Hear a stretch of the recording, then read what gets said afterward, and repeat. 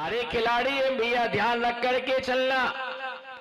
6 गेंदों पर 6 छक्का लगाने वाले हैं। गरीब है कौन? मुझे ही समझ में नहीं आता है कि गरीब महाराज ने तुम्हें आशीर्वाद नहीं दिया, इतने में तुमने अपने आप को क्या घोषित कर दिया? तुम्हारे चौके में पड़गा नहीं है, तुमने अपने आप को क्या घोषित कर दिया? तुमसे पात्र प्रक्षालन नहीं करवाया, तुमने अपने आप को गरीब घोषित कर दिया। तुम्हें मंच पर दीप प्रज्वलन के नहीं बुलाया, हाँ भैया हम तो क्या है। तुम्हें आगे वाली बेंच पर बैठने नहीं मिला, तुमने अपने आप को गरीब घोषित किसने कहा? मैंने तो नहीं कहा कि आप गरीब हैं, खुद ने ही अपने आप को क्या घोषित कर दिया? घोषित कर दिया मैं क्या हूं? गरीब हूं। भैया कोई गरीब होता नहीं है। आप कहो कि अच्छा बताओ कौन गरीब है, हाथ तो उठाओ। कोई भी नहीं है। जो गरीब कहे मैं उसको अब भी अमीर बना दूंगा, अपनी दोनों आंखें दे दो, 50 लाख रुपए ले लो। इसमें हंसने की क्या बात है भाई? अमीर 50 लाख रुपए ले लो, अपनी दोनों आंखें, अपनी दोनों किडनी दे दो, 50 लाख रुपए ले लो, ना रहेगा बांस ना बजेगी बांसुरी, दोनों निकल जाएंगी, बचेगा क्या? आंखों से देखेगा नहीं, कागज के बिंडल थमा दूंगा कटिंग करके, लो भैया ये, तो उसमें क्या तुमको दिख रहा है? पहले आंखें लो, पहले आंखें दो, बाद में पैसा लो। भैया ध्यान रख करके चलना। हीरा के कारण से हीरा सी जिंदगी व्यर्थ मत कर देना। बोलो बोलो ना, हीरा के कारण से बोल, जो ना बोले पड़ोसी की कसम। हीरा सी जिंदगी हीरा के कारण व्यर्थ मत कर देना। पिंडस्थ ध्यान का मतलब अपनी आत्मा, जो पदस्थ का ध्यान का मतलब तीर्थंकर भगवान का मुख चारों दिशाओं में होता है, वो सबके लिए दिखाई देता है, पर भगवान का मुख होता एक ही है। अतिशय है भगवान का। क्या है? भगवान का अतिशय है। ऐसे भगवान नासाग्र दृष्टि और परमोदारिक शरीर से युक्त, जिनकी दृष्टि नासाग्र है और भगवान विराजमान है। हम अष्ट प्रातिहारियों से तीर्थंकर भगवान सहित हैं, 4 चतुष्टय से युक्त हैं, 12 सभाएं लगी हुई हैं, इसके साथ साथ अष्ट भूमियों से युक्त 4 मान स्तंभों से सहित ऐसे विशाल मान स्तंभ का वो क्या करते हैं? चिंतन करते। इसका नाम क्या है? रूपस्थ। और रूपातीत का मतलब होता है कि जो सिद्ध परमात्मा है, शरीर से रहते हैं, जिनका कोई रूप नहीं होता है, जो शरीर से रहित होते हैं, औदारिक शरीर से रहित होते, तेजस कर्मा शरीर से रहित होते हैं, द्रव्य कर्म भाव कर्म नो कर्म, इन तीनों कर्म रूपी शरीर से भी जो रहित होता है, वह रूपातीत सिद्ध परमात्मा कहलाते। कौन? वह रूपातीत सिद्ध परमात्मा कहलाते हैं। तो ऐसे रूपातीत सिद्ध परमात्मा का हम ध्यान करते हैं कि भगवान मुझे भी वह सिद्ध अवस्था प्राप्त हो, ऐसी भावना से रूपातीत सिद्ध परमात्मा का ध्यान करते हैं। और ये धर्म ध्यान असंख्यात गुणी कर्म निर्जरा का क्या है? कारण। किसका कारण? असंख्यात गुणी निर्जरा का कारण है। ऐसे वह 4 प्रकार के जो ध्यान बतलाए, पदस्थ, पिंडस्थ, रूपस्थ, रूपातीत, ये अपने आप को अपने आप में समाहित करने की एक प्रक्रिया है। भले आपको समझ में आए ना आए, मुझे इसका कोई विकल्प नहीं है, पर मैं ये सोच रहा कि कम से कम आपके कान में तो जा रहे, और आज नहीं तो कल आपको जिन सम्यक्त का कारण बनेंगे। आज नहीं तो कल कभी ना कभी आपको स्मृति में आएंगे। हमने सुना था, हमें पता है, हमें महाराज ने सुनाया था, इस देश ना आपको जिन सम्यक्त में कारण बनती है। तो ऐसे 4 प्रकार के ध्यानों को कोई निकट भव्य जीव ही ध्याता है। किसके लिए?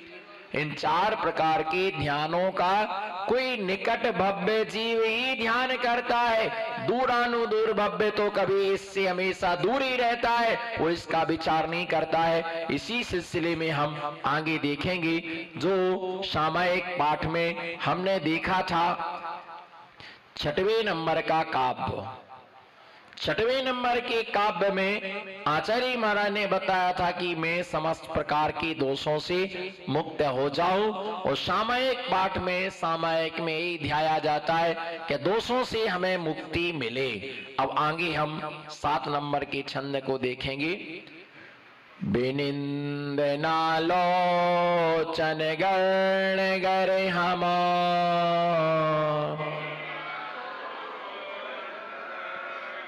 मनोवचा काय कसाय निर्मतम नियम्मि पापम भवदो के कारणमा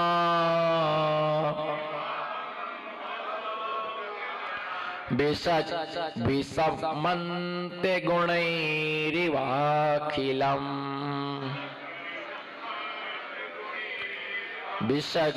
विसगमन्ते गुणैरिवाखिलम्।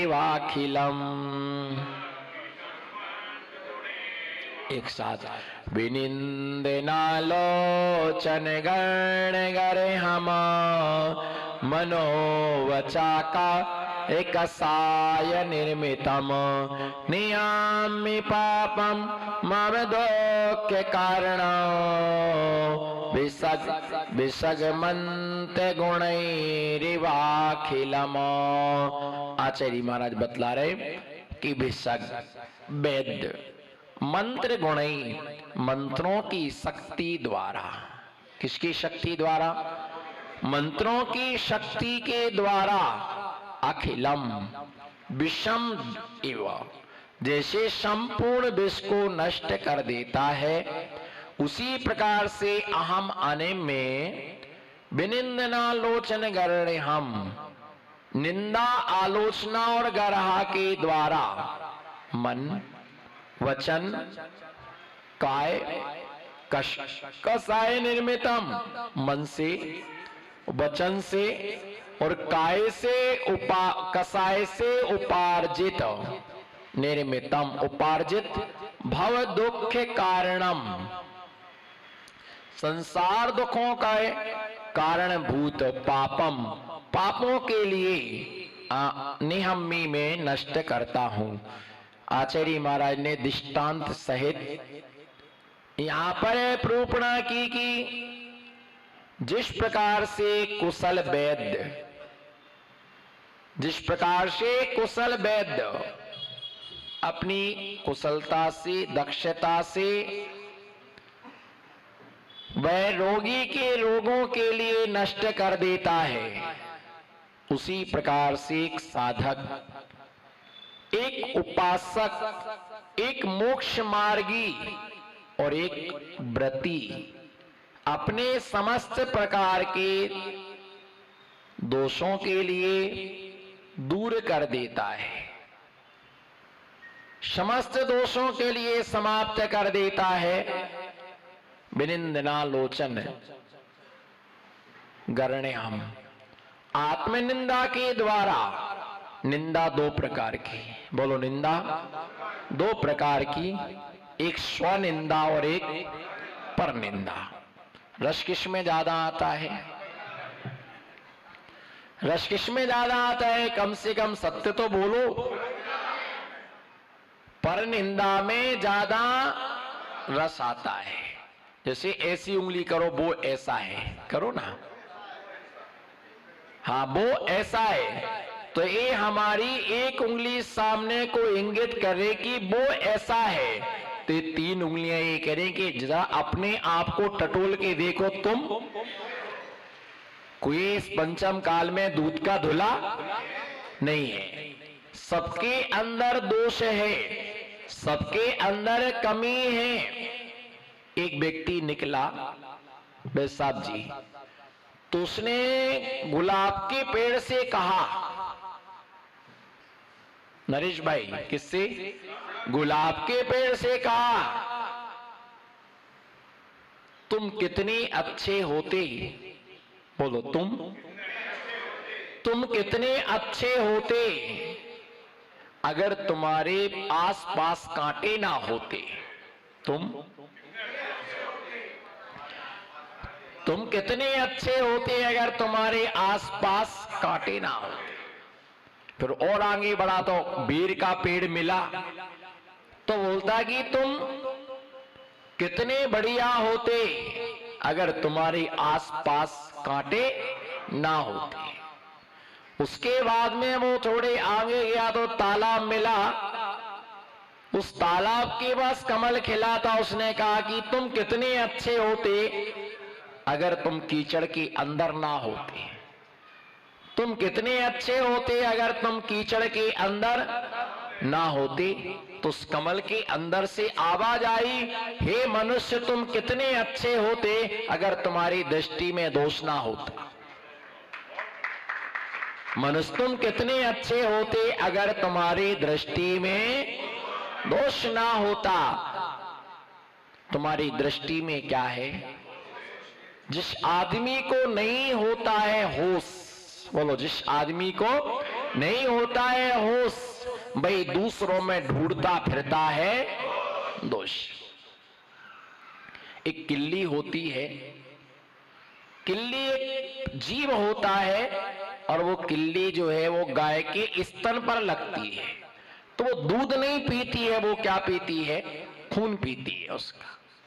इसी प्रकार से जो व्यक्ति धर्म से दूर रहता वो उसको दोष ही दोष दिखाई देते हैं। लोग संतों में दोष ढूंढ लेते हैं। बोलो, लोग संतों में दोष ढूंढ लेते हैं, लोग अरिहंतों में दोष ढूंढ लेते हैं। अरे लोगों का क्या कहना, लोग तो गंजे के सिर में भी जुआ, लोगों का क्या कहना, लोग तो गंजे के सिर में भी जुआ ढूंढ लेते हैं।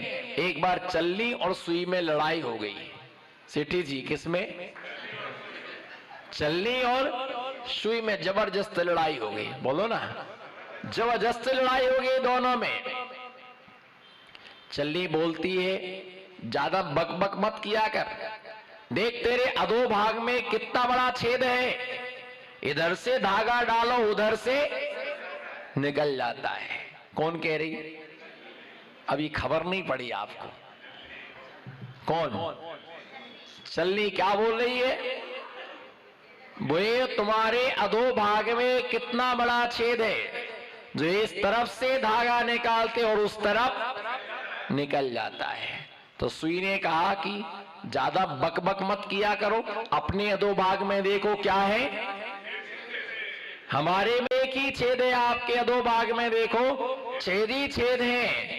बस ऐसे ही अपने हजारों दुर्गुण नहीं दिखाई देते हैं, पर दूसरों का एक क्या होता है। अब बताओ, यदि कहीं पर बगीचे में 99 आम के पेड़ लगे हुए हैं जी, और एक नीम का वृक्ष लगा हुआ है, तो उसे काय का बगीचा कहा जाएगा? अंबाचा बगीचा की निम्बाचा बगीचा? बोलो ना, अम्बाचा बगीचा की निम्बाचा बगीचा है? नहीं, बोलो ना, अम्बा का नहीं, निम्बाचा बगीचा। क्योंकि एक क्या लगा हुआ है? एक नीम का पेड़ लगा है, लेकिन अधिकता किसकी है? आम की होने से वो एक नीम का पेड़ गिना नहीं जाता है, आम का ही बगीचा कहा जाएगा। इसी प्रकार से किसी के अंदर 99 अच्छाइयां हैं और एक बुराई है, तो उसे गुणवारी कहा जाएगा, उसे दुर्गुणी नहीं कहा जाएगा। लेकिन लोगों की दृष्टि दोषों पर जाती, दूसरों की निंदा करके लोग नीच गोत्र कर्म का आश्रय और बंदे करता है। नीच गोत्र कर्म का आश्रय होता है, नीच गोत्र कर्म का बंद होता है दूसरे की निंदा करने से। और ये ध्यान रख करके चलना, धर्मात्माओं की निंदा करने से, धर्मात्माओं की बुराई करने से, महाव्रतियों की निंदा करने से दो ही फल बतलाए रविशरण स्वामी ने पद्म पुराण ग्रंथ में। एक तो ये बतलाया कि कोड़ी होता है। मुनि निंदा का फल क्या है? बोलो जी, नमो सिद्धाड़म। मुनि निंदा का फल है कोड़। और दूसरा, यदि कुष्ठ रोग नहीं हुआ तो मर करके नियम से अधोगति में जाता, असुर लोक में जन्म लेता है। क्या शब्द दे रहा में? असुर लोक में जन्म लेता है। असुर लोक का मतलब होता है जहां पर सूर्य का प्रकाश नहीं होता है, और वह नरक में जन्म लेता है, असुर लोक में जन्म लेता है, मां अनेक प्रकार की कष्ट भोगता है। ये मुनि की निंदा नहीं, ये महाव्रतों की निंदा है। मुनि की निंदा नहीं, ये पिछी कमंडल की निंदा है। मुनि की निंदा नहीं, ये मूलाचार की निंदा है। मुनि की निंदा नहीं, 28 मूल गुणों की निंदा है। आचार्य की निंदा नहीं, 36 मूल गुणों की निंदा है। उपाध्याय की निंदा नहीं, 25 मूल गुणों की निंदा है। धर्म की निंदा करने वाला व्यक्ति कहां बच सकता है? सारे शरीर में कुष्ठ रोग हो जाता है, और जब सारे शरीर में कुष्ठ रोग हो जाता है तो कोई भी धर्म करने की योग्य नहीं रहता है। क्या? ना तो पूजा कर सकता है, न दान दे सकता है, न भैयावृत्ति कर सकता है, न गीली द्रव्य से पूजा कर सकता है, ना कोई प्रतिष्ठा आदि विधान आदि में वो मुख्य यजमान नहीं बन सकता है। एक छोटा सा सफेद दाग ने पूरी जिंदगी में दाग लगा दिया। और जितने भी कोड़ी हैं बस यही समझो कि मुनि निंदा का क्या है, दुष्परिणाम है। अब यहाँ पर आकर के गंदोदक पोतते पोतते फिर जितने कोड़ी मिलेंगे ना, वो ऐसे पोतते जैसे डॉक्टर ने लिख के दिया हो। जब ठीक ठाक था तब तो महाराज को पोत गया था जब ठीक ठाक था तो जब ठीक ठाक थे तो कैसा नशा चढ़ा था, यूं हाथ बांध के खड़े थे। कोई महाराज है क्या है? ऐसे 420 महाराज देखी। बोलो नीरज भाई, ऐसे तो कई आए और कई गए दुनिया में के यही महाराज है क्या? बहुत महाराज है, बहुत महाराज है हमारे पास में। ऐसे जो व्यक्ति मुनियों के लिए मुनियों का अभिनय करते हैं, वो दुर्गति के क्या बनते हैं? राजा शैणिक ने तीर्थंकर प्रगति का बंधन कर लिया, उस छायक सम्यक दर्शन प्राप्त कर लिया, फिर भी बंधा हुआ कर में क्या नहीं हुआ? छूटा नहीं। जो धर्मात्माओं की बुराई करते हैं उन्हें कुष्ठ रोग होता है। श्री पाल से पूछ लेना, उसने पिछली पर्यायों में घोर अवज्ञा की, और घोर अवज्ञा के कारण से इस जन्म में उसको क्या होना पड़ा? कोढ़ी होना पड़ा। इसलिए दूसरे की निंदा नहीं करना, अपने स्वयं की क्या करना?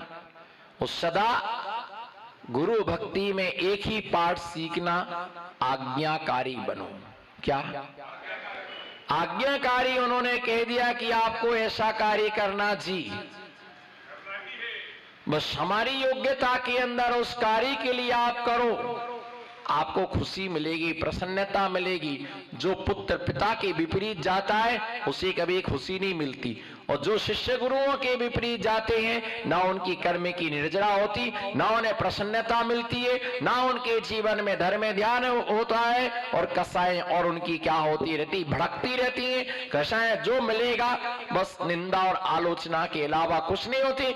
अपनी निंदा करो कि मैं कितना पापी हूं, मैं कितना दुरात्मा हूं, मैं कितना मैं कितना मायावी हूं, मैं कितना लोभी हूं, कि इतनी उम्र हो गई हम संयम धारण नहीं कर